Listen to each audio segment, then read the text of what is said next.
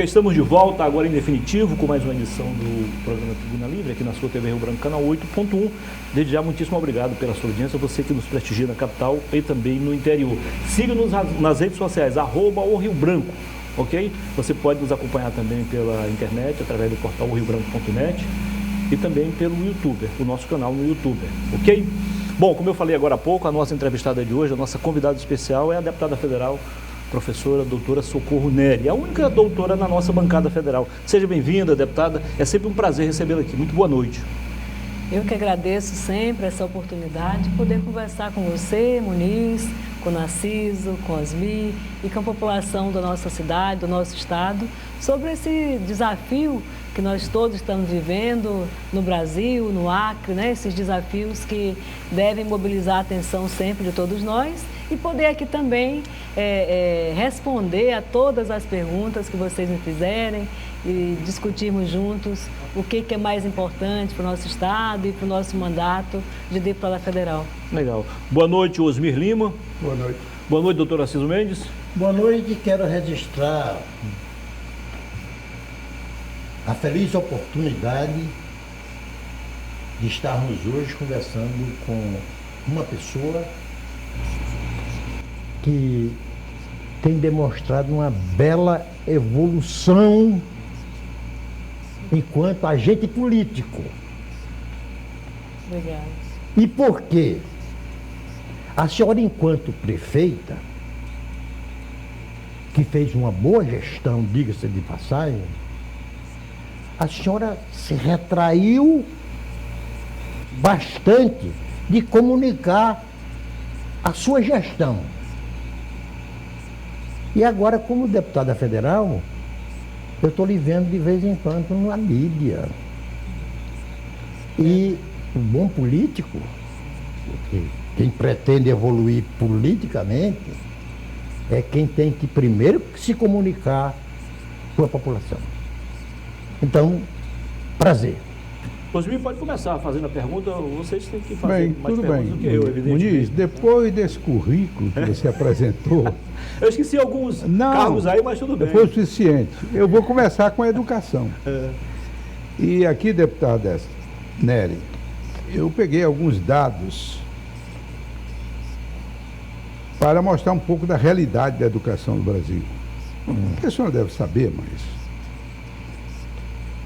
a OCDE, que é a Organização para a Cooperação e Desenvolvimento Econômicos, os principais países do mundo, eles fizeram uma avaliação entre 76 países. O Brasil ficou colocado em 60, para o pessoal entender melhor, em 60 posição, quer dizer, um dos últimos. Na 60ª colocação. No topo da lista, os que têm mais estudos, estão os países asiáticos, Narciso. E nos 15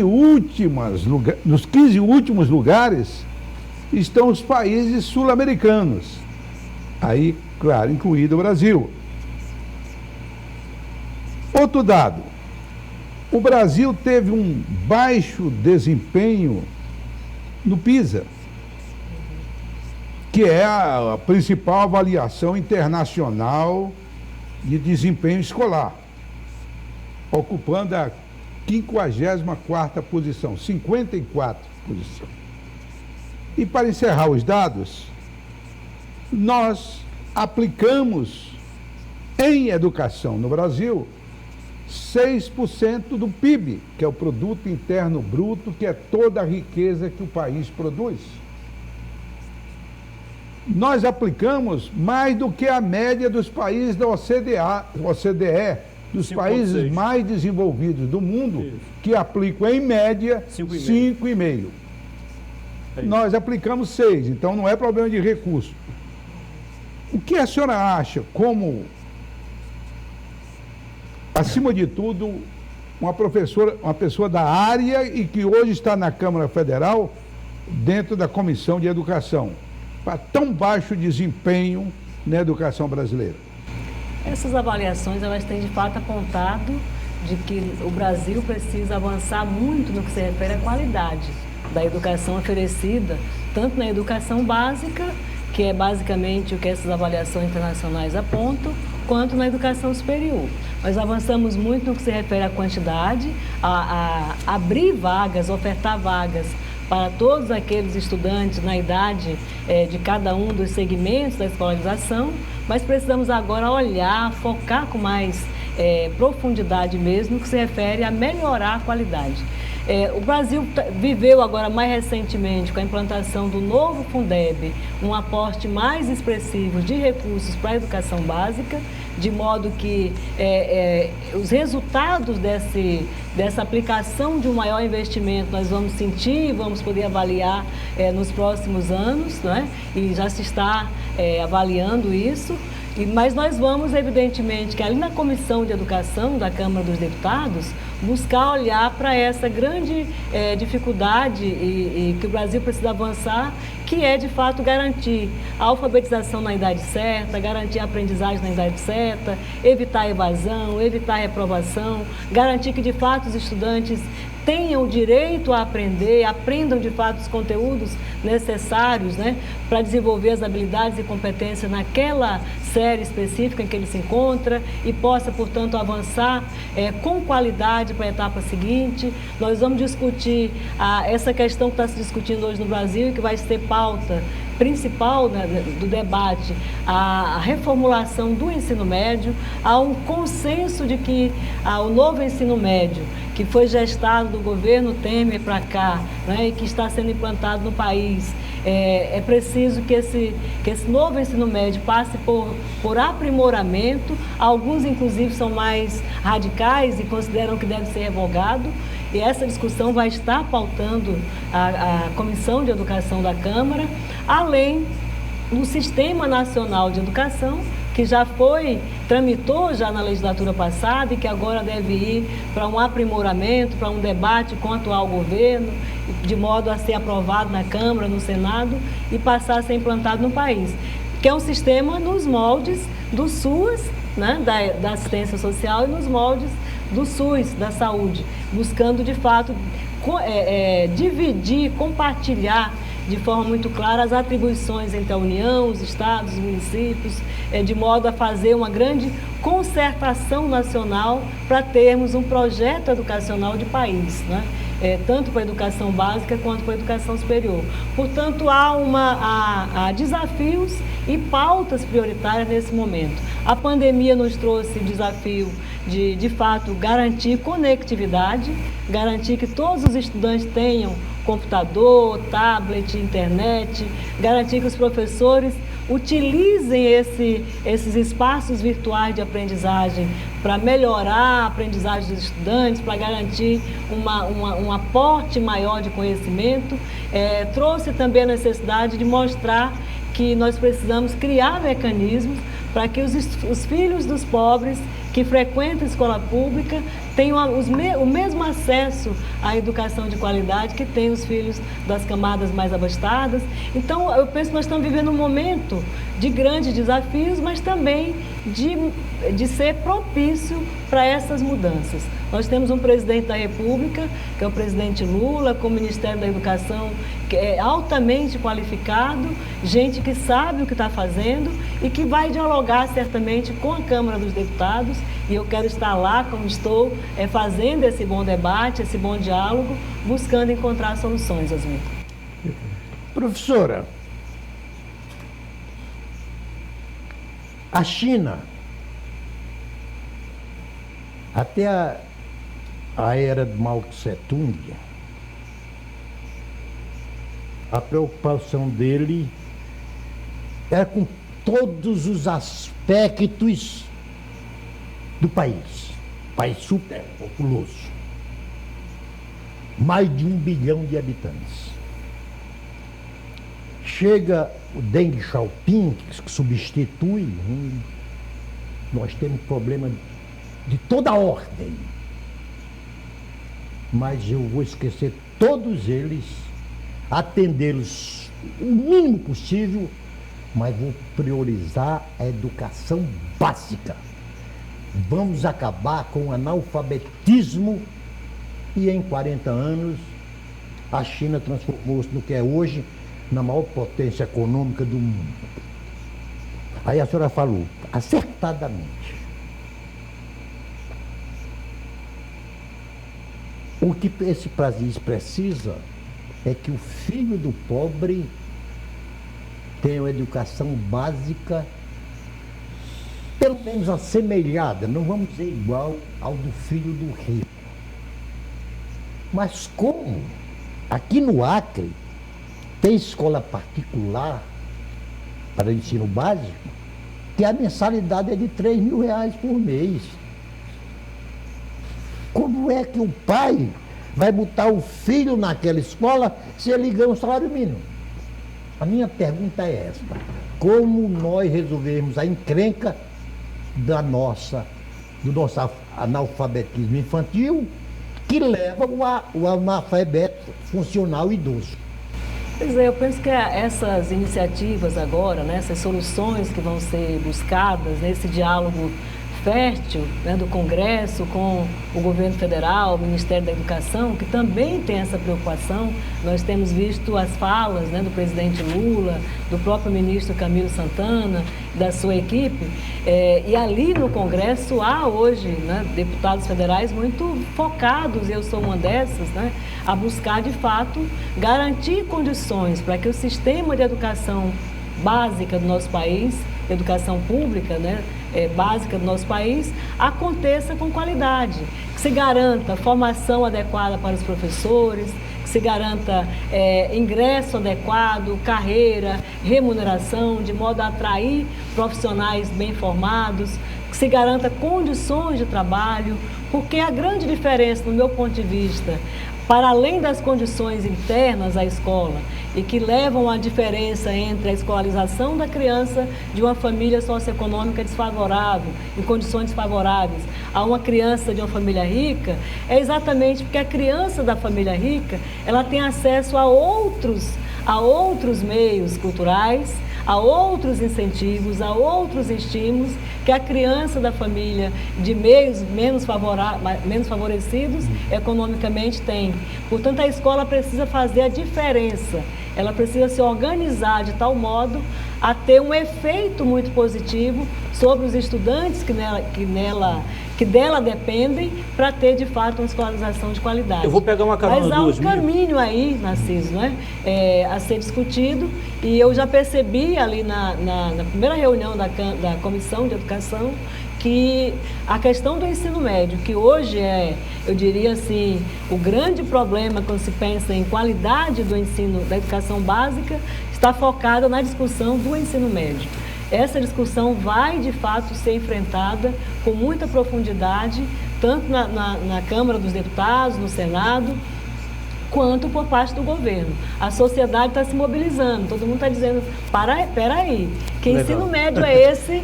Ensino médio é esse que nós estamos ofertando para os nossos alunos? Eu vou pegar uma carona do Osmir. Vamos discutir isso. Vou pegar uma carona do Osmir e do doutor Narciso para formular a seguinte pergunta para a senhora.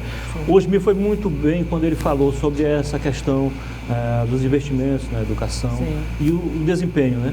Sim. Osmir, é engraçado que quando você esmiuça isso aí, a média do investimento no aluno no Brasil não chega a $3, lá mais de 6, a média diária. Olha só. Quer dizer, maior investimento, mas quando chega no aluno, os papéis são invertidos. Com relação ao doutor Narciso, o governo agora anuncia o mesmo método das escolas particulares, vai ser implantado gradativamente nas escolas estaduais. Aí parece que a gente está chegando aí. Esse projeto foi pensado pela senhora, só não teve tempo para implantar, vai ser implantado agora. O governo anuncia investimento agora, não apenas em escola e não apenas nos professores, mas sobretudo nos alunos. Esse é o principal foco agora, né, secretária? Aqui no Acre é importante, e aí é bom que você tenha lembrado, né, Muniz, que tem tido uma continuidade nesses últimos anos de ações que vão se colocar como positivas para melhorar a qualidade do estudante, né? Tanto no que se refere à merenda escolar, porque de fato o aluno da escola pública, via de regra, ele depende mesmo da alimentação escolar para ter a sua condição de sobrevivência, né, de nutrição mais adequada, e o governo tem investido muito nesse sentido. Agora mesmo o governo federal fez o reajuste do valor per capita da merenda escolar em 39%, portanto, teremos mais recursos para a merenda e certamente essa merenda vai ser ainda de melhor qualidade. O governo tem investido, e agora começou na entrega aqui do início do ano letivo, em tablet para os estudantes, 40 mil tablet, tablets. internet. Vai começar pelos estudantes do ensino médio, depois passa para os estudantes do Fundamental 2, do 6º ao 9º ano, depois do Fundamental 1.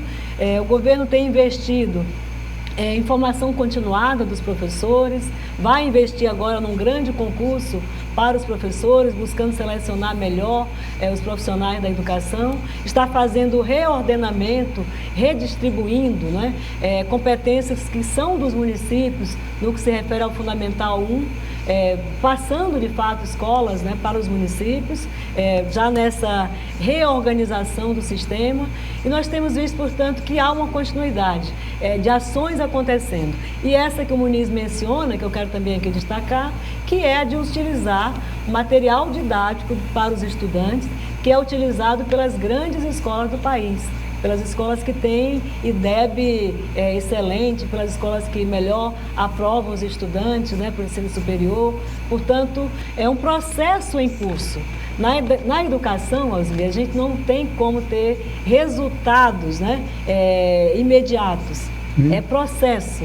Portanto, quando caminha e tem continuidade nessas ações, eu tenho visto com muita alegria o secretário Aberson continuando com o apoio forte do governador Gladson, me alegra muito, porque não dá para a gente achar que vai ter resultado na educação. Cada secretário que chega lá faz do seu jeito, implementa o que acredita. Não vai ter resultado, é preciso ter continuidade e ter foco. Onde é que se quer chegar, né? Eu vejo que aqui no Acre as coisas estão começando mesmo a ter foco, né? Ter continuidade, e isso vai ser muito bom. Em médio prazo a gente vai começar a ver melhores resultados, sim. Muito bem. Deputado, você tocou no nome do nosso secretário, que é um bom secretário, viu? O Aberson. Excelente secretário de Educação. Narciso, esse assunto eu já falei no programa anterior, eu vou repetir. E conversei com ela em Brasília. Eu sei que é uma reação dela enorme. De quem? Da deputada, falando com ela. Ela faz sempre uma reação. Aí eu peguei o seguinte dado, compreensível a sua reação, que é um pensamento liberal, Se você dividir a população brasileira, Muniz, em 5 faixas de renda, 1, 2, 3, 4, 5 faixas de renda, sendo que a quinta é a mais rica. Eu pesquisei aqui que até 2001, 55% do ensino superior no Brasil era constituído dessa quinta faixa. Mas tem uma notícia boa. Agora em 2020 caiu para 23%, mas ainda temos 23% de pessoas ricas ou classe média alta estudando à custa do pobre. E eu dizia para ela o seguinte, não está na hora de se apresentar um projeto em que a universidade toda seja paga, mas da seguinte forma, porque você acaba com aquele negócio do reitor estar com o pires na mão em Brasília, e aí o governo dá para quem não interessa mais politicamente. Como seria? Você vê a renda média da família, por exemplo, do Narciso, vai estudar na universidade. O filho dele estudou de graça. Absurdo. Ele tinha que pagar a universidade. Tá? Aí o filho do pobre passou, não é isso, receberia uma bolsa do Estado. Que seria financiado com... Sim, mas não interessa. Além da compensação. Mas vinha da arrecadação de impostos. De todos. De todos. Porque o pai dele, nem a mãe teria condições de financiar na universidade paga. É um projeto. E eu soube depois que está tramitando um projeto desse na Câmara. Eu volto a insistir com a senhora. Qual a sua visão disso? Depois do intervalo, a nossa convidada especial fala. Vamos ao intervalo comercial e voltaremos em instantes. Não precisa mudar de canal. Até já.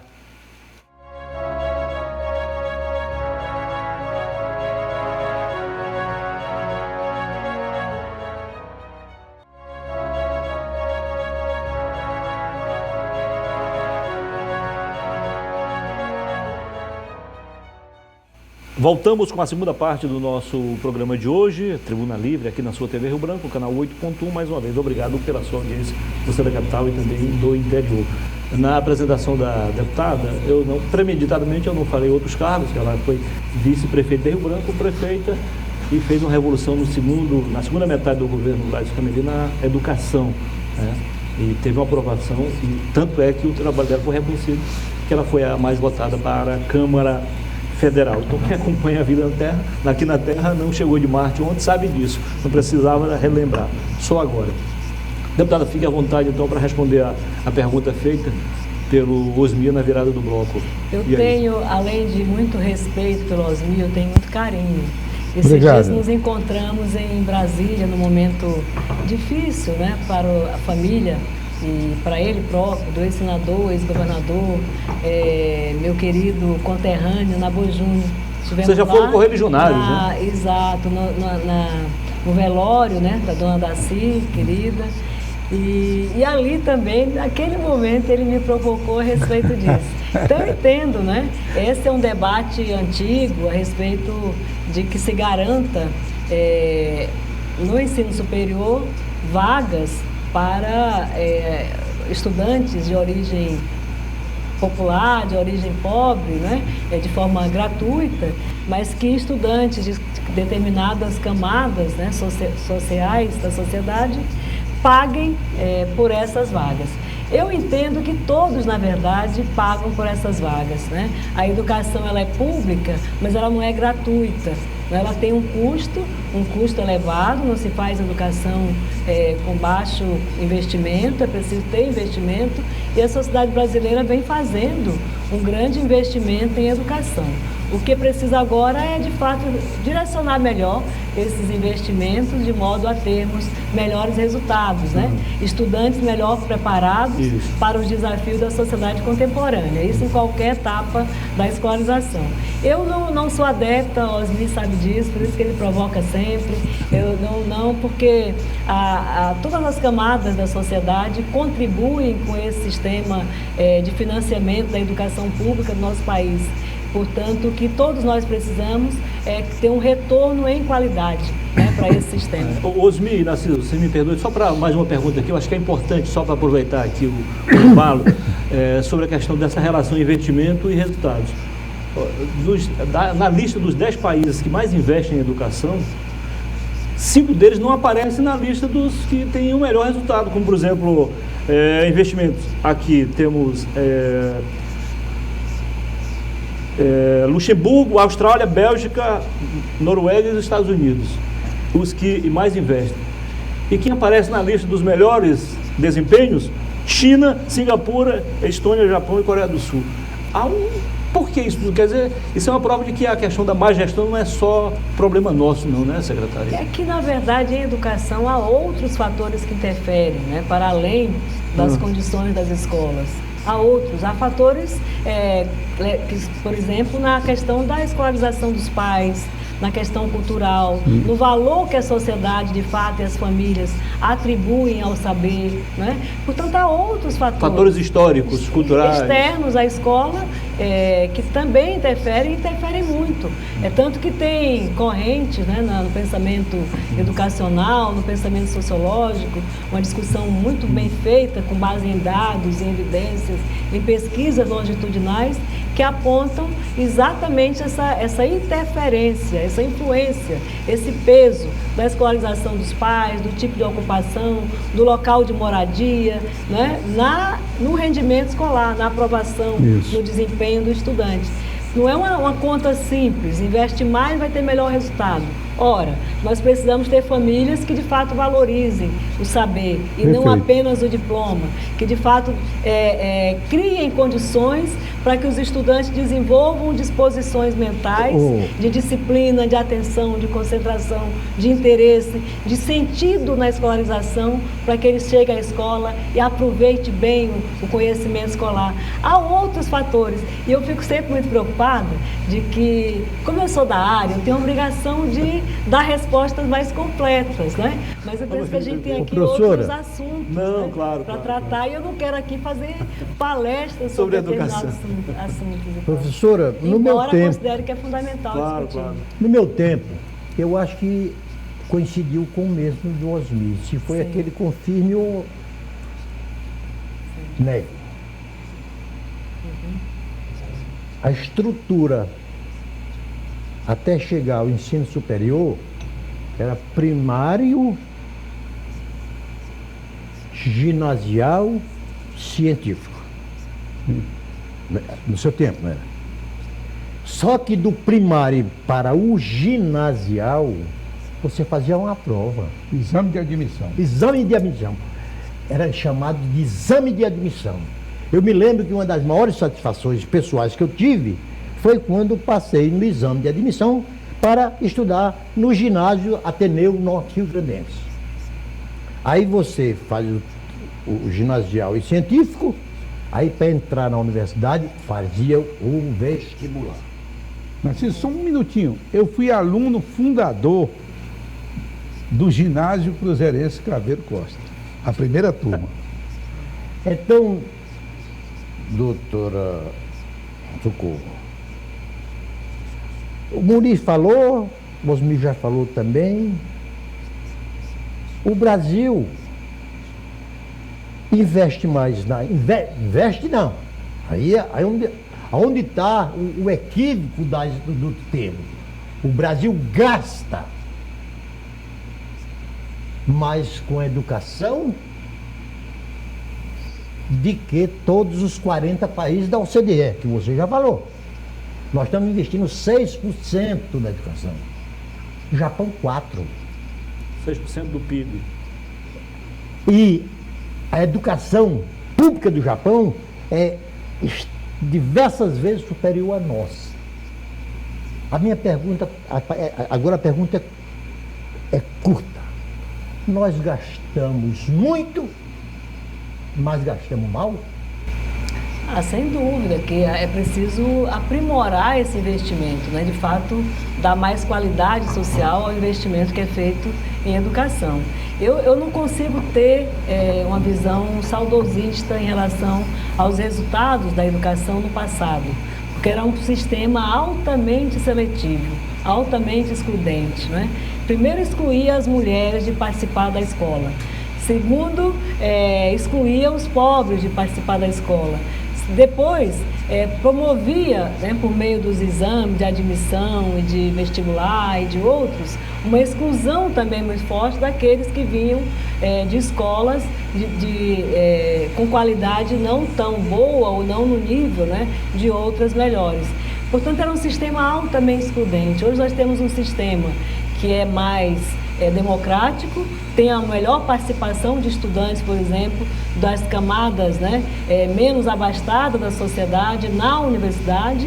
É um sistema mais inclusivo, mas ele precisa ser de melhor qualidade. E aí nisso nós concordamos aqui e é nesse sentido que eu farei toda a minha atuação na Câmara dos Deputados como titular da Comissão de Educação. Mas, deputada, eu gostei da sua resposta das causas externas que contribuem para a má qualidade, digamos assim, da educação. E quando tocou na família, ora, se nós temos uma família, quando a pessoa acha que só a escola deve dar educação, é um equívoco. Se não coloca lá o seu filho, a sua filha, para estudar em casa, não só as matérias passadas pelos professores, mas pesquisas também sobre a matéria que estão estudando, fica difícil nascer. Então tem que haver também uma conscientização do povo brasileiro. Mas eu vou mudar de assunto. com a permissão de vocês. Fique à vontade. Posso mudar? Claro. Prefeito, você é candidato a prefeita, ou deputado, você é candidato a prefeita agora nas próximas eleições? Pergunta queima-roupa essa aí. Essa é uma pergunta daquelas que todo mundo tem me feito, né?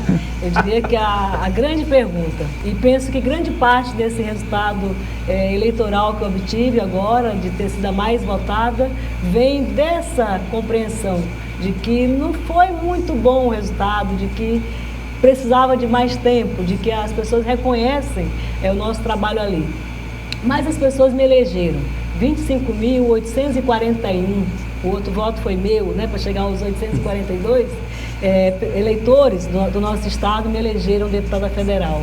Portanto, eu tenho compromisso com todos os municípios do Acre, com aqueles em que eu fui mais votada, com aqueles em que eu tive menos votos, mas tive votos.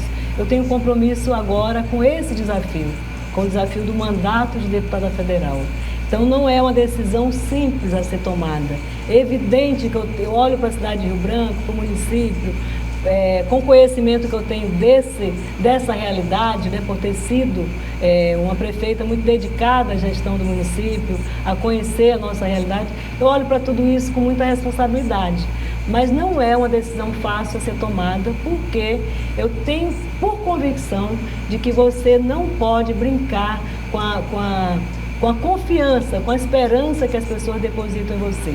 Ou seja, Osmir, para ser mais objetiva, eu terei muita dificuldade de dizer não a quem me convida para ser candidata a prefeita, mas eu teria muita dificuldade em abandonar um desafio que as pessoas me depositaram. Essa responsabilidade com quem votou em mim para deputada federal, de Jordão a Taumatugo, a Santa Rosa, a todos os demais municípios, essa responsabilidade eu carrego no dia a dia do exercício do mandato. Então eu não consigo ver hoje possibilidade de dizer eu vou deixar toda essa esperança que foi depositada em mim no exercício de um mandato para o Acre de lado e vou olhar apenas para uma questão de uma disputa na Prefeitura de Rio Branco.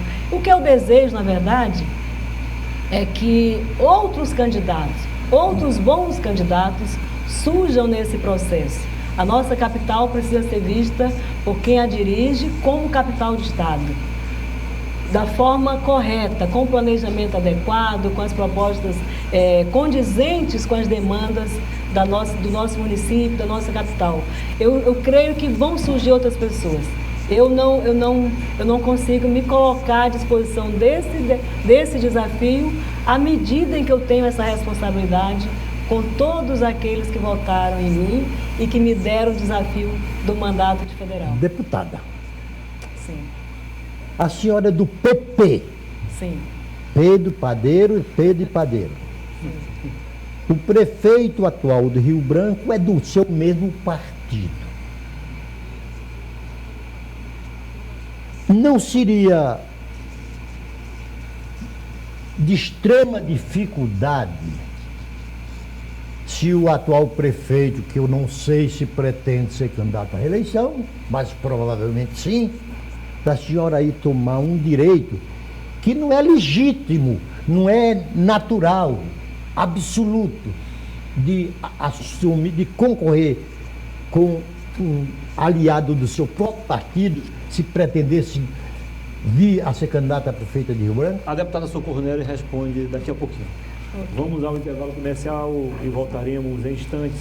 Continue com a gente.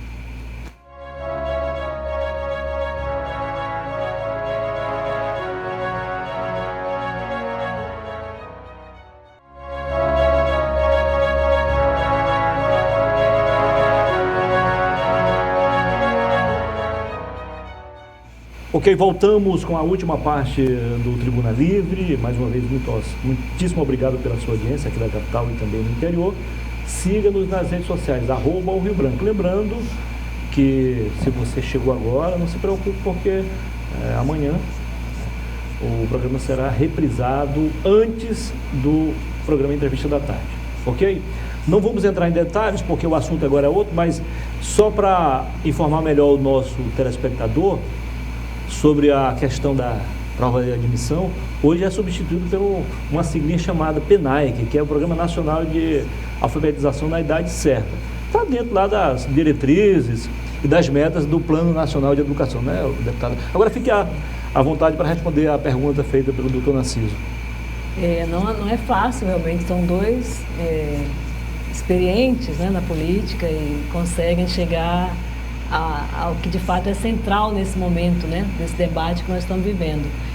Eu sou hoje filiada ao Progressistas, né, fiz isso, essa filiação ano passado, a convite do governador Gladson, digo sempre, faço sempre essa referência e fui candidata e eleita, não é, pelo Progressista. Portanto, eu tenho compromisso com o Progressista. Mas é claro já está claro no partido, tanto a nível local quanto a nível federal, de que é preciso que o partido discuta efetivamente quem o partido quer lançar candidato a prefeito de Rio Branco. Eu não vejo a candidatura do atual prefeito como natural no partido. É natural ou não que ele seja candidato, é uma decisão dele. Mas como candidato do partido, eu não vejo como uma decisão natural.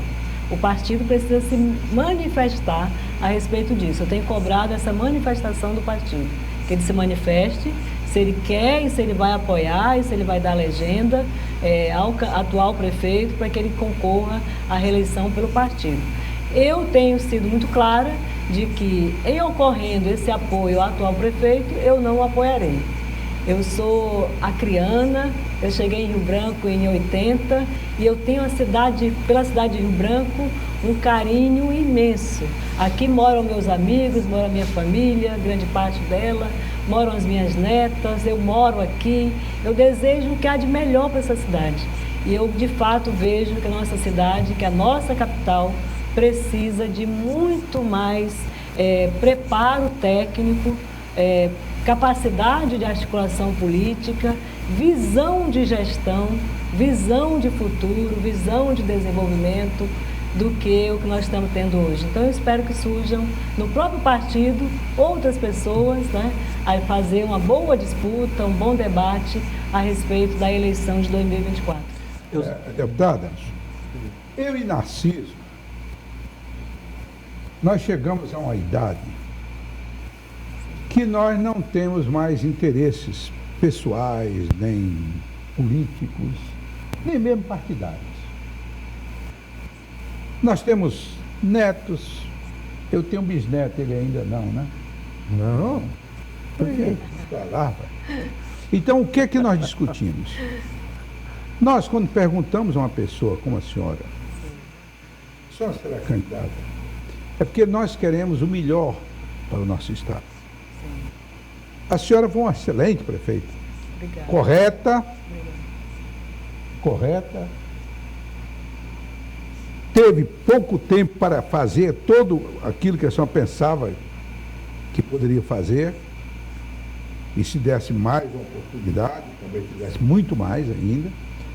Então, quando nós falamos em candidatura, hoje nós estamos querendo apoiar sempre o que é melhor para os nossos netos e bisnetos, para o futuro, para quem possa conduzir. Eu tenho horror a populistas. Os populistas têm sido danosos para o país e para o Estado. Então, essa questão que o senhor colocou, questão técnica, séria, e queira levar, nós precisamos sim. E é por isso que muitas vezes a gente provoca. Não é no sentido provocativo, não. É no sentido da arte do bem comum.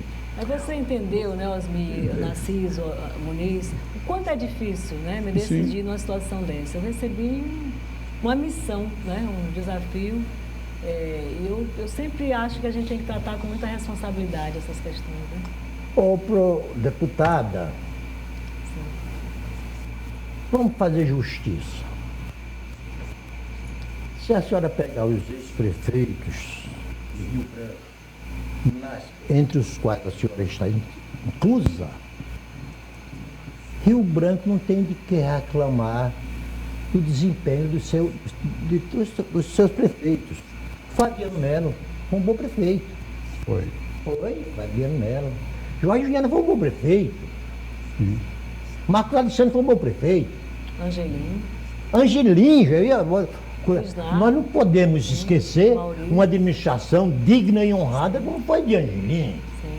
Então, é por isso, e esse assunto entrou na moda, porque de fato a senhora disse uma coisa correta, esse Osmir é provocador.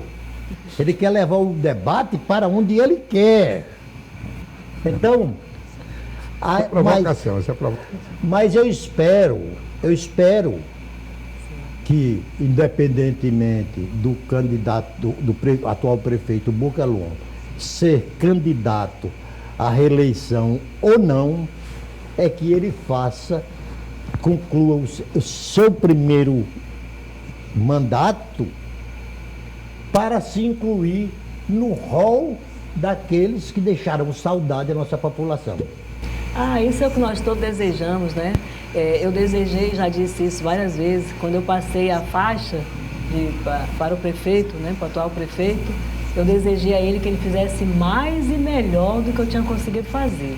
E mostrei as condições que eu estava deixando na prefeitura para que ele fizesse isso. Nós fizemos uma transição transparente, né? Muito amigável, inclusive, né? Fui até a porta da prefeitura receber o Bocalon, apresentei todo o trabalho, a equipe passou a trabalhar, mostrando todos os dados, as informações, os documentos, né? Organizamos para que a prefeitura não tivesse problema de solução de continuidade, para que ela pudesse ter os contratos, as licitações, o serviço em condições de ter continuidade. Portanto, eu também desejo isso, e como deputada federal, eu já estive na prefeitura recentemente. Hoje, antes de vir para cá, estive no evento em que ele estava também. Estive semana passada, esses dias, já nessa semana, no evento com ele em Brasília. Não há absolutamente nada de pessoal. Absolutamente nada de pessoal. Eu estou à disposição, estarei para apoiar as demandas da prefeitura, para apoiar os projetos, as ações que ele me apresente e que eu possa e tenha condições de apoiar como deputada federal. O que eu digo é que, olhando para a realidade da capital hoje, olhando para o que parece que tem sido prioridade da gestão e a forma de conduzir, é que de fato eu quero mais para a minha capital, eu quero mais para a minha cidade, eu quero mais para a população de Rio Branco. E eu não consigo enxergar esse mais necessário nos atuais gestores da nossa prefeitura. É isso. Mas registre-se uma coisa. Desde Tutancâmon VII, imperador do Egito, Foi longe. que é uma mania do prefeito do governante que toma posse, reclamar da tal herança maldita. Vem desde essa época? Vem. O Tutancâmon VII reclamava da herança maldita do Tutancâmon VI, do 5, do 4 e assim sucessivamente. Eu não tenho visto, por dever de justiça, dizer que o atual prefeito ele nunca reclamou de ter recebido das suas mãos uma herança maldita. Você não tem visto, Narciso, mas tem sido feito isso desde a primeira semana da gestão. O tempo inteiro já se convocou coletiva para falar de roubalheira, se fala o tempo inteiro que não roubando dá, quando na verdade não havia roubo, não houve corrupção, não responde a nenhum processo e nenhum secretário meu responde a nenhum processo de corrupção até o momento. De modo que esse argumento, essa narrativa de colocar sempre a gestão anterior, né, como algo desfavorável, como algo que está prejudicando a que a atual gestão siga, né, fazendo a execução dos bons serviços, isso tem ocorrido e é de fato muito lamentável. Eu gostei muito quando você fez referência aos ex-prefeitos de Rio Branco. Cada prefeito teve a sua contribuição. Eu penso que a gente precisa avaliar o atual e comparar com o passado com muita cautela, porque são momentos distintos. São contextos distintos, né? Não dá para comparar a atual gestão com a gestão, por exemplo, do Isnar, com a gestão do Mauri, não dá para comparar com a gestão do Angelim. É evidente que não é isso, e nem é disso que eu estou falando. O que eu estou falando é que teve um ponto de partida de uma prefeitura enxuta, com recurso em conta, cumprindo todos os requisitos da Lei de Responsabilidade Fiscal, portanto, com uma margem boa de recursos para investir na cidade, nos serviços, sem que estivesse todo o recurso comprometido com o pessoal, não estava, tinha margem, inclusive, até chegar ao limite que a Lei de Responsabilidade Fiscal estabelece. Uma prefeitura muito bem avaliada, com transparência e, portanto, com serviços funcionando em condições de dar sequência. O ponto de partida ali precisaria ser compreendido, respeitado e não ser desconstruído para, eu diria, justificar ineficácia, ineficiência, né? Falta de experiência, falta de conhecimento, falta de condução, de gestão que poderia ter seguido muito bem. Cada momento é um momento e a gente não pode ficar comparando. Eu nunca fiz isso em relação a nenhum ex-prefeito, a dizer que determinado prefeito tinha deixado determinado problema, de forma alguma. O que nós sempre fizemos foi olhar para o momento presente, para os desafios daquele momento, para as condições que tínhamos e dali buscar reorganizar os recursos, redirecionar investimento, não é? De modo a fazer. E aí fiz aquela reforma administrativa, enxugando de fato. O que a gente tem visto hoje? Daí o Osmir falar de populismo. Pleno, é exatamente isso. Uma criação exacerbada de cargos e mais cargos, de estruturas e mais estruturas, e que sem que a gente veja mais serviços sendo prestados.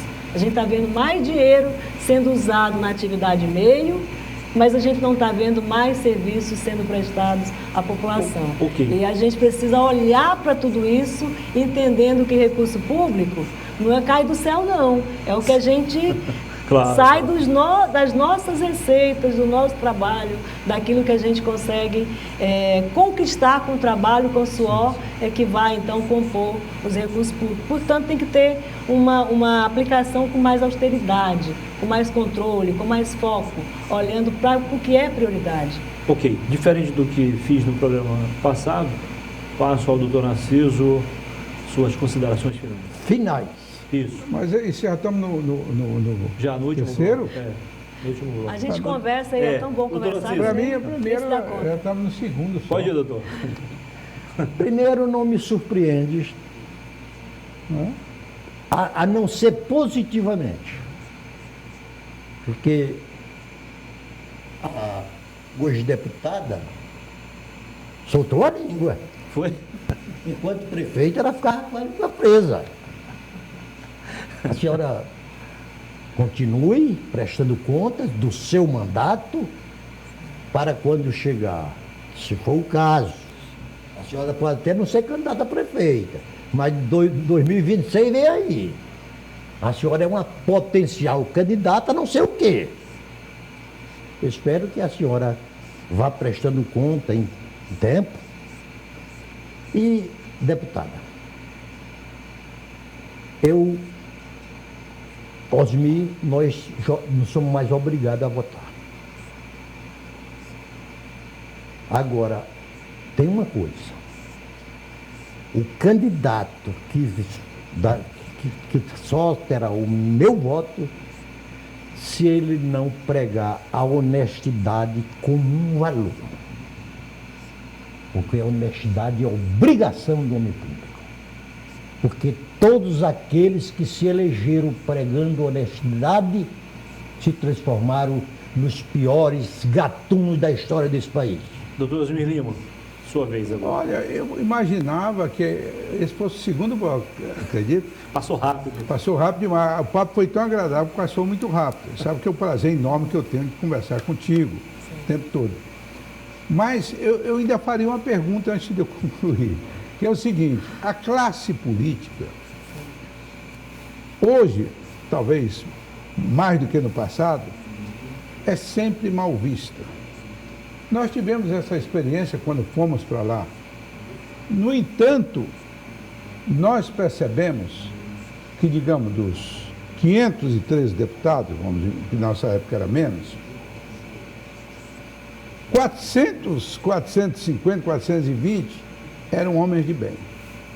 Mas, no entanto, 70, 80 ou mesmo 100 ajudavam a fazer com que a população não tivesse uma boa imagem do político.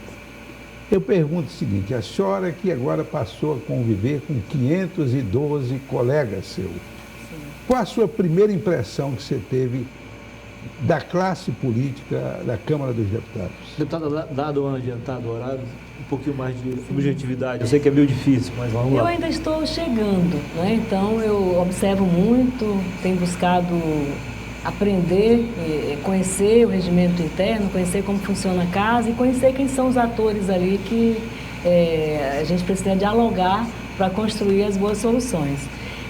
Tenho visto aqui do Acre uma bancada muito atuante.